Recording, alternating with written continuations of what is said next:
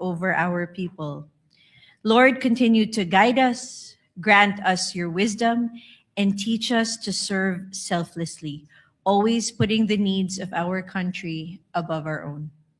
As your word in James chapter 1, verse 5 declares, if any of you lacks wisdom, you should ask God, who gives generously to all without finding fault, and it will be given to you. Today, we humbly ask for that wisdom. May it lead our thoughts, shape our words, and direct our actions as we deliberate on laws and policies that will define the future of our beloved country. We thank you for the privilege of public service, for the opportunity to serve our kababayans and to be instruments of change for their well-being.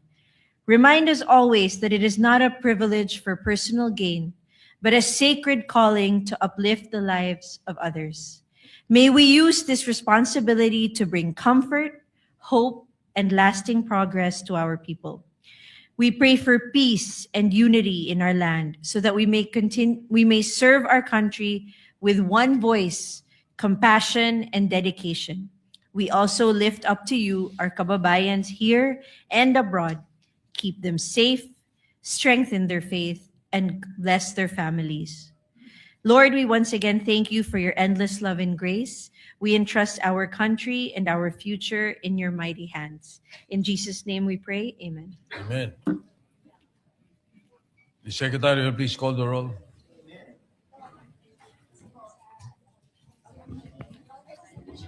Roll call of members.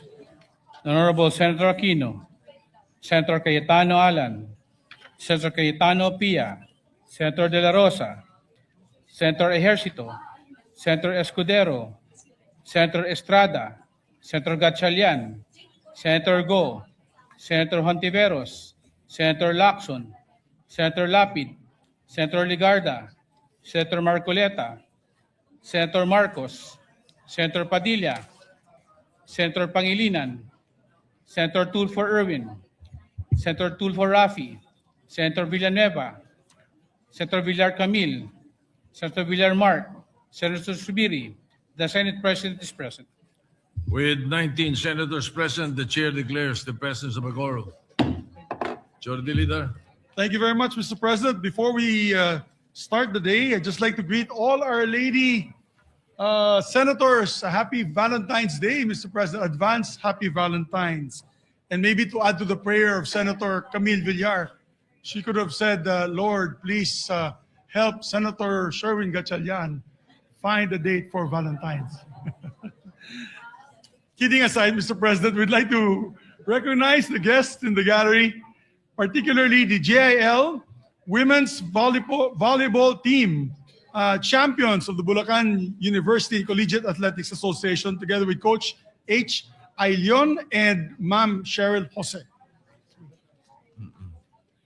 We have also with us guests of Senator Bamakino and Senator Pangilinan, local government officials from the province of Catanduanes led by Governor Patrick Azanza, also barangay officials from Milaor, Camarines Sur, together with Mayor Anthony Reyes and Father Roger Barbecho, Mayor J. Vincent Capistrano of Salay, Misamis Oriental, and Vice Mayor Popoy Pangadupon of Marawi City. Also, Mr. President, we have with us guests of Senator Alan Cayetano. SK officials from the city of Taguig are here with us as well, Mr. President. Yes, I think we also have Mayor Sarmiento and Councilor Nuco of Mamay High, Laguna. So we welcome all our guests to the Senate this afternoon. Thank you very much for joining us. Thank you very much, Mr. President. I Majority believe Leader. the good Senate President would like to prevail of the privilege hour. Would you like it done now, Mr. President? I can ask for suspension so that Senator Lacson could... Yes, Mr. President. Yes, session, If Mr. you President, will. may be suspended for me. Session suspended. Recognize a distinguished Senate President. Would like to also recognize an additional guest of Senator Aquino. Vice Mayor Julio Samson of North Sagaray, Bulacan is also with us, Mr. President. Mr. President, may we recognize our distinguished Senate President Vicente Soto III to avail of the privilege hour, Mr. President. The Senate President, Senator Vicente Soto III, is recognized. Thank you, Mr. President. Thank you, my esteemed colleagues. Thank you for allowing me, before the reverence of business, to be recognized for this. The first time I delivered a privileged speech in the Senate was August of 1992. And the topic, more or less, is connected to my topic today, which is my first privileged speech in the 20th Congress. I rise today, Mr. President, to once again convey and place on record my history on the fight against drug abuse and illegal drugs. I will discuss it in three parts, Mr. President. Everybody agrees that when it comes to the eradication of prohibited drugs and drug abuse in our country, but the argument lies in the manner and method to combat this pervasive menace to the society. Let me begin with the past, Mr. President. As I had said in three parts, the past, the present, and the future. In the past, 1988, I was elected Vice Mayor of Quezon City. I immediately established the Quezon City Anti-Drug Abuse Advisory Council. The program was recognized for reducing the drug problem in Quezon City from a high level of 54% in the entire Metro Manila down to 9%, significantly lower, in very lower levels that the World Health Organization, the WHO, later recognized it as a model council. This is one of the reasons why I ran for the Senate in 1992. To author laws against illegal drugs and drug abuse. During that time, Mr. President, Shabu was a regulated drug, for the information of the Gen Zs and the millennials. In 2002, I principally authored Republic Act 9165, or the Comprehensive Dangerous Drugs Act, which was enacted into law that year. It emphasizes rehabilitation for drug dependents, both voluntary and compulsory, and mandates drug education programs in schools and communities. Now, as a staunch and long-standing advocate against illegal drugs, I always convey that this battle must be holistic. As a matter of fact, it is a war. There must be four major concerns and success in the four major concerns. And what are these? Enforcement, prosecution, prevention, and rehabilitation. Enforcement, kahit ubusin mo, Mr. President, ang lahat ng pusher sa Pilipinas, lipulin mo, ilagay mo sa isang island, bombahin mo yung island. Kumuha ka naman, ipunin mo lahat ng droga sa buong Pilipinas. Cocaine, shabu, marijuana, designer drugs, heroin, lahat na. Pag samasamahin mo sa isang lugar, sunugin mo lahat. You will not be able to eradicate it. Why? Because there are drug dependents. Hanggang may drug dependent, they will find substances to abuse. May contact cement, may Novain, may cough syrup. Yung napatay na professor sa UP, 17 stab wounds. Cough syrup high. Yung tao nung mahuli namin. And then, prevention. Prevention, Mr. President, unfortunately, is not integrated in the DepEd curriculum. While it should be a drug abuse resistance education program that should be incorporated in this, in the Department of Education. Grade 5, grade 6, grade 7. The then President Erap started it in 1998 with you as the Mr. President, the presiding officer, Senator Lacson, as head of the PAOK TF. But it died a natural death after President Estrada was removed. But then, it is a very important component. Prevention. And the only way to do that is in grade 5, grade 6, grade 7, drug abuse resistance education program. They will already know by that time, before they reach first year high school, that illegal drugs will be bad for them. Drug dependency will be bad for their family, for their future, for their health. And then rehabilitation, Mr. President. Rehabilitation should be lodged in the Department of Health. It is, as a matter of fact, lodged in the Department of Health based on the law that I have authored, Republic Act 9165. But we asked the DOH, are you doing it? Are you accrediting all the rehabilitation centers in the Philippines? Ang problema, may pinapasok sa rehabilitation center, Mr. President. After 6 months lalabas, pag after another 1 or 2 months, balik uli. Why? Because the profiling is wrong. Because the program being used is wrong. Hindi ho ganun kadali mag-rehab. We must find the profile, we must define the profile of the drug dependent. Ano man bagay sa kanyang rehabilitation program? Iba-iba po yan. Merong faith-based, merong 12 steps Minnesota model, merong multidisciplinary, merong therapeutic community which is being done in Bicutan and it's very successful. At yung eclectic. So Mr. President, hindi po ganun kadali yun. So again, why am I saying all this? Because I want to go into the present. Eto ngayon, pinanggit ko yung prosecution.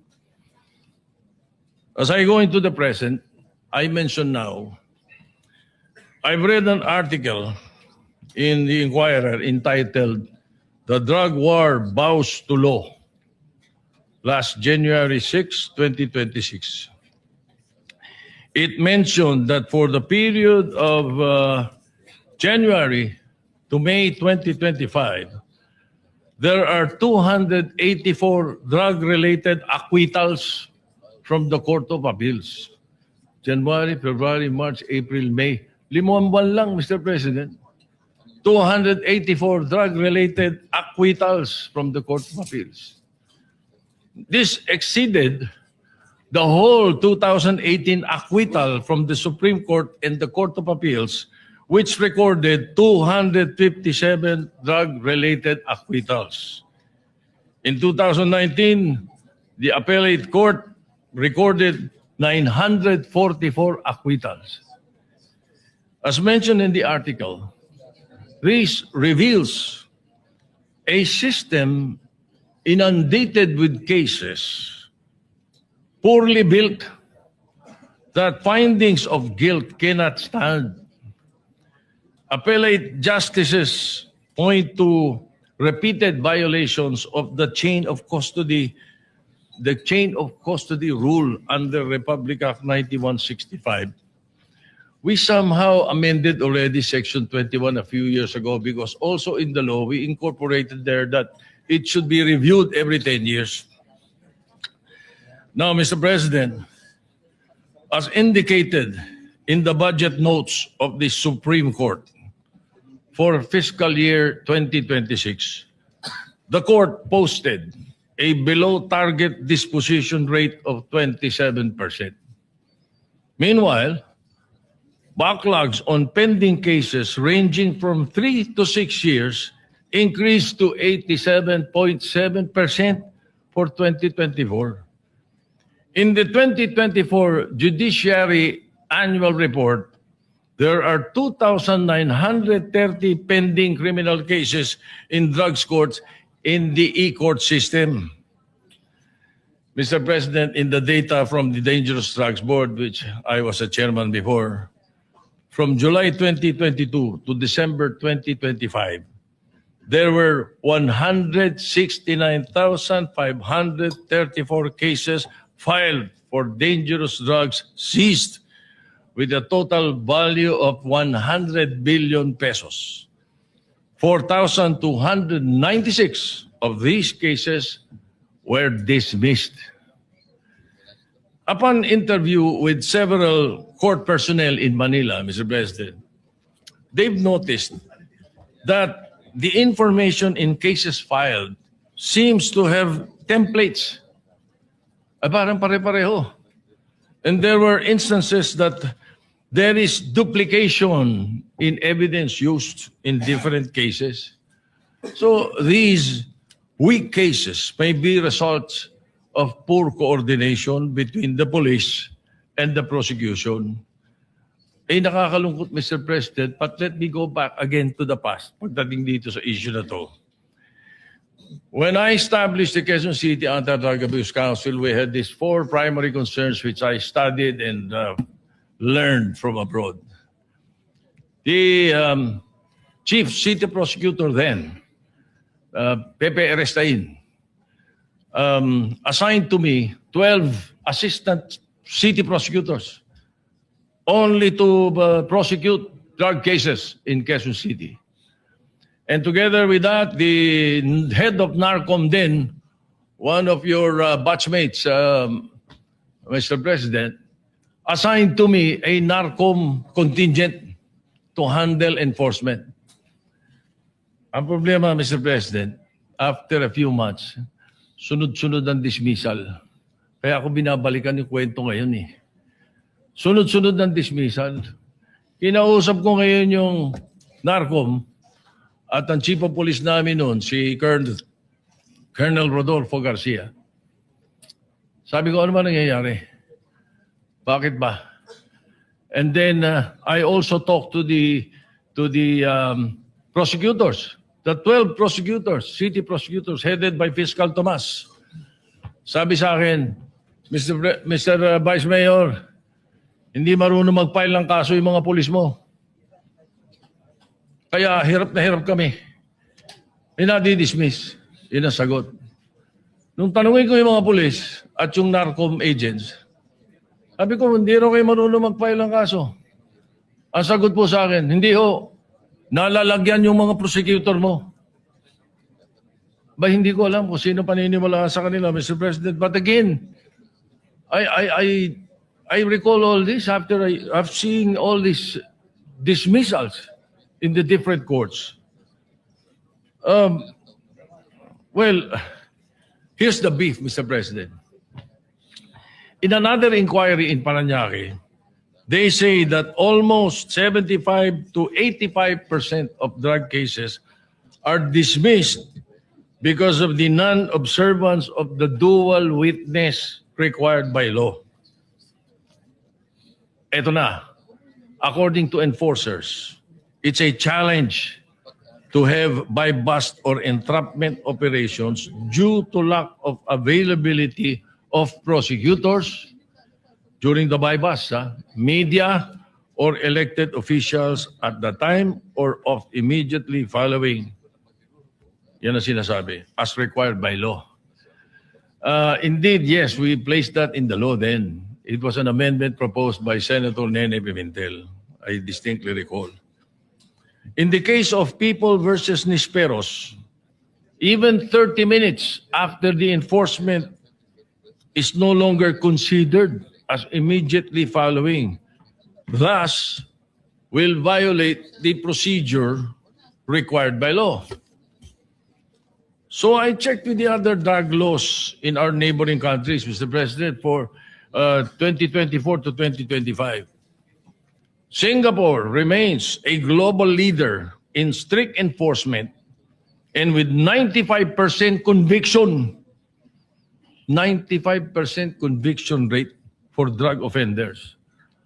Among our neighbors, Singapore, Hong Kong, Japan, Thailand, South Korea, Malaysia, India, and Taiwan, we are the only country with a statutory chain of custody rule. Other countries observe it, but as part of proof only and not by law. They have high evidentiary expectations, but there is flexibility on how the chain is proven. Yes, being the author, so sabihin nyo, you're to blame. Ba't nilagay nyo yan? Hindi po. Times are to blame. Nakaka-imbento nakakapalusot And that is the reason that Congress should be dynamic. That is the reason that we have to come up with new laws or upgrade or amend our laws, Mr. President. So indeed, it is high time that we, I now go to part 3, the future, Mr. President. It is high time we amend again Section 21 of Republic Act 9165. Instead of mandating that witnesses must be elected officials, representative of DOJ or media in every organization, we can mandate that the two-witness rule be ordinary citizens living in the area or body-worn cameras in lieu of witnesses. There is also a need, Mr. President, to streamline the marking requirements, especially during in flagrante delicto arrests. So, Mr. President, it's about time also for the passage of the creation of the Presidential Drug Enforcement Authority. I believe it is essential at this point in our history in time. This agency will oversee and aid in the proper filing of drug cases, and if possible, to assign lawyers in every precinct to assist in the strict enforcement of the law. Hindi po military unit dapat ang PIDEA. It should be overseeing and monitoring all the drug enforcement units, anti-drug enforcement units. So this PIDEA, which I am proposing, aims to unify enforcement, prosecution, prevention, and rehabilitation under one roof to ensure a holistic and effective approach. Mr. President, the scale of justice must be balanced. The effectivity of enforcement and prosecution must be equally accorded with due process to protect the citizens from abuse of authority. It is high time for a holistic reform in the whole of government approach to eradicate illegal drugs and drug abuse. So, Mr. President, that concludes my history and my fight against drug abuse and illegal drugs. Thank you, Mr. President. Thank you, Senate President Soto. Majority Leader. Mr. President, I believe that our distinguished Senator, Senator Macoleto, would like to interpolate the good Senate President, if he may wish so. Yeah, Senator Marcoleta is recognized to Maraming interpolate. salamat po, Mr. President. Mr. Sponsor, kung sana po ay makakapagtanong po ng ilang bagay sa inyo pong privilege speech na binitawan sa hapong ito. Certainly, Mr. President, with pleasure. Mr. President, unang-una po ay pinasasalamatan ko ang ating Senate President sa paglalahad niya ng kanyang makulay na kasaysayan kung paano po pinasimulan ang kanyang inisyatibo para makatulong po sa pagsugpo ng droga sa ating bansa. Napaka-importante po talaga na ito po ay diretsahang mabaka po ng ating pamahalaan para sa ganun ito po ay mapuksa sa lalong madaling panahon. Ngunit kagaya po ng paghahalimbawa na ginawa ng ating Senate President, para pong maski po siya'y nalulungkot sapagkat nung siya po ay nagsimula niyan, siya po ay Vice Mayor po ng Quezon City. Pwede po bang maitanong, Mr. President, kung anong taon po yun? 1988, Your Honor, Ngayon January 18, 1988 were the elections. I was sworn in as Vice Mayor, if I recall it right, February 2 of 1988. Ngayon po, Mr. President, tayo po ay 2026 na at kayo po ay Senate President na po. Mga ilang taon po yung pagitan mula nung kayo'y maging Vice Mayor at ngayon po ay isa ng Pangulo ng ating Senado. 37 years, if my mathematics is still working, Mr. President. So, Ginoong Pangulo, sa halos 40 taong pakikipagbaka natin sa droga, na ngayon ay nalaman nating isa pa lang ating kagalang-galang na Senate President ang nagpasimula nito.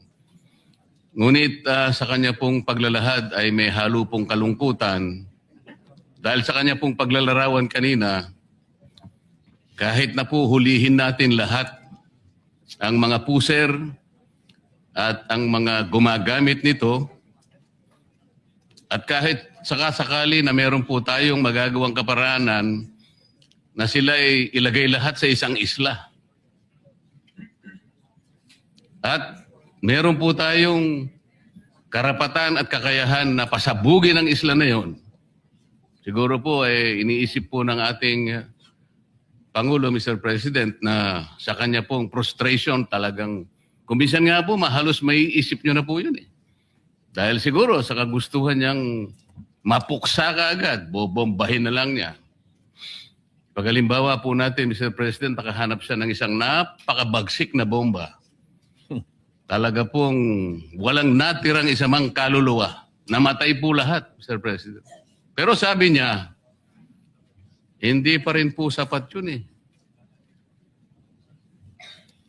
Hanggat meron tayong lilitaw ng mga kababayan, sabi po niya, na dependent sa droga, mananatili pong magkakaroon tayo ng problema. Tama po ba yung aking pagkakarinig, Mr. President? Tama po yun. Bagamat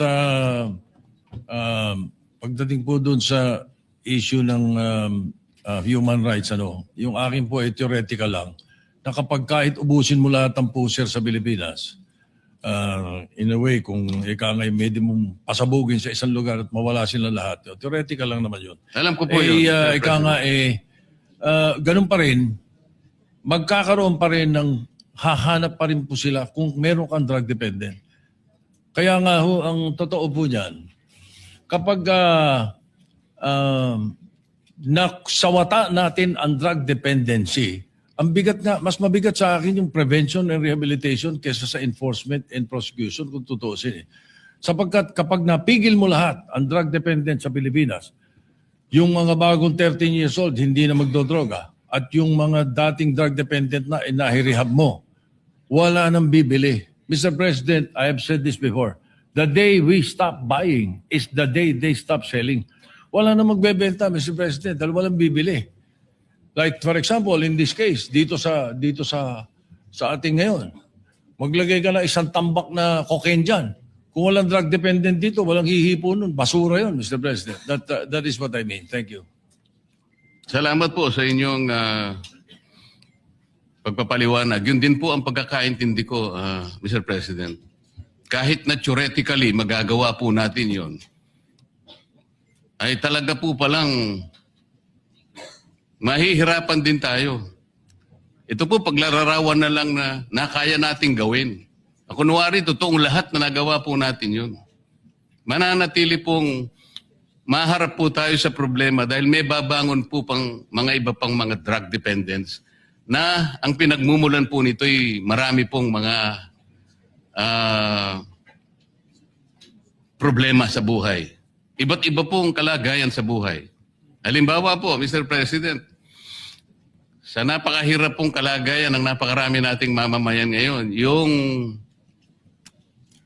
yung kanilang pong pagkain lang, Mr. President. Ngayon po, halos na doble na po ang presyo ng mga bilihin ngayon. Isama po nyo yung gamot, yung lahat po ng pangangailangan para mabuhay ka lang ng disente. Kaya kung minsan po nagagawa na ng mga tao para malimutan lang ang problema na kanilang kinakaharap sa araw-araw. Lalo pa nga, isama mo po ang kanilang mga anak. Kaya po sila nakakahanap ng paraan para malimutan siguro yung problema.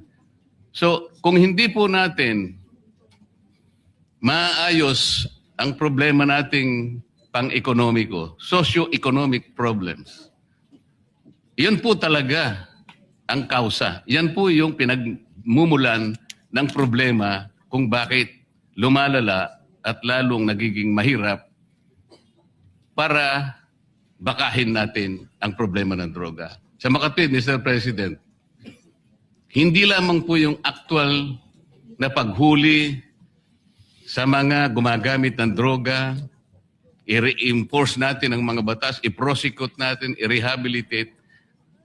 Kinakailangan po nating puntahan yung pinagmumulan muna ng problema kung bakit nagkakaroon ng mga taong sa pilitang gumagamit ng droga. Sa makatwid, lalong mas malaki po yung problema ang kinakaharap natin. Hanggat hindi po natin na isasaayos ang napakaraming problemang bumabalot sa ating bansa, mananatili po na magkakaroon at lalo pa pong magkakaroon at dadami pa ang mga taong maghahanap ng pansamantalang pagtatakip ng kanilang problema. Yan nga ay sa pamamagitan ng paggamit ng droga. Tama po ba ang aking assumption, Mr. President? Yes, Mr. President, maraming salamat po. Maganda yung napunto ninyo sapagkat you are absolutely right. But hayaan niyo pong dagdagan ko. Ano? At hindi lang yung ikang escape ang pinag-uusapan dito. As a matter of fact, thank you for reminding me. Because if I am asked, may mga drug dependent hanggang ngayon, drug dependent pa rin kahit ubos na droga. Ano ba problema? Ayan ang tatanong. Ano ba ang pinagsisimulan dyan? Mr. President, I have used an acronym, PEACE, P-E-A-C-E, to describe it. And that encompasses and includes what the distinguished gentleman from Tarlac said, Senator Marcoleta. Tama po yun. Because P stands for peer pressure. Yan po isa sa mga dahilan. Sa eskwela, sa barkadahan, naku, pag hindi ka sumubok, ganito. Isa po yun. Yung E sa peace stands for escape. Yun mismo yung sinasabi ninyo. At yun ang isa sa mga dahilan. Parang escape po yan. Nakala nila, makakatakas sila sa problema nila, makakatakas sila sa kahirapan nila, sa pamamagitan nito. Mali po. Lalong nadodoble ang problema nila. Yung A naman sa peace stands for availability. Napakalaki hong negosyo nito. Ito po, bilyon-bilyones na dolyares na negosyo ito. That's why these people, these drug lords, these drug pushers, especially high-level drug traffickers, will make it available in your streets, in your homes, in your schools, everywhere. They will make it available. At kukumbinsin kayo na sububok at malulung dito sapagkat negosyo po ito. It's a $1 trillion industry in the world. Yun naman pong C sa peace is curiosity. At yun ang pwede nating iwasan doon sa sinasabi kong prevention sa Drug Abuse Resistance Education Program ng mga kabataan. Curiosity po ang simula nung iba. At yun namang E sa peace is emptiness. Gangster, you know, we do that better than anybody. I bet you got it twisted, you don't know who to trust. So many player hating niggas trying to sound like us. Say they ready for the front, but I don't think they know it. Straight to the depths of hell is where them cowards going. Well, all you still down, nigga, holler when you see me. And let these devils be sorry for the day they finally free me. I got a caravan of niggas every time we ride.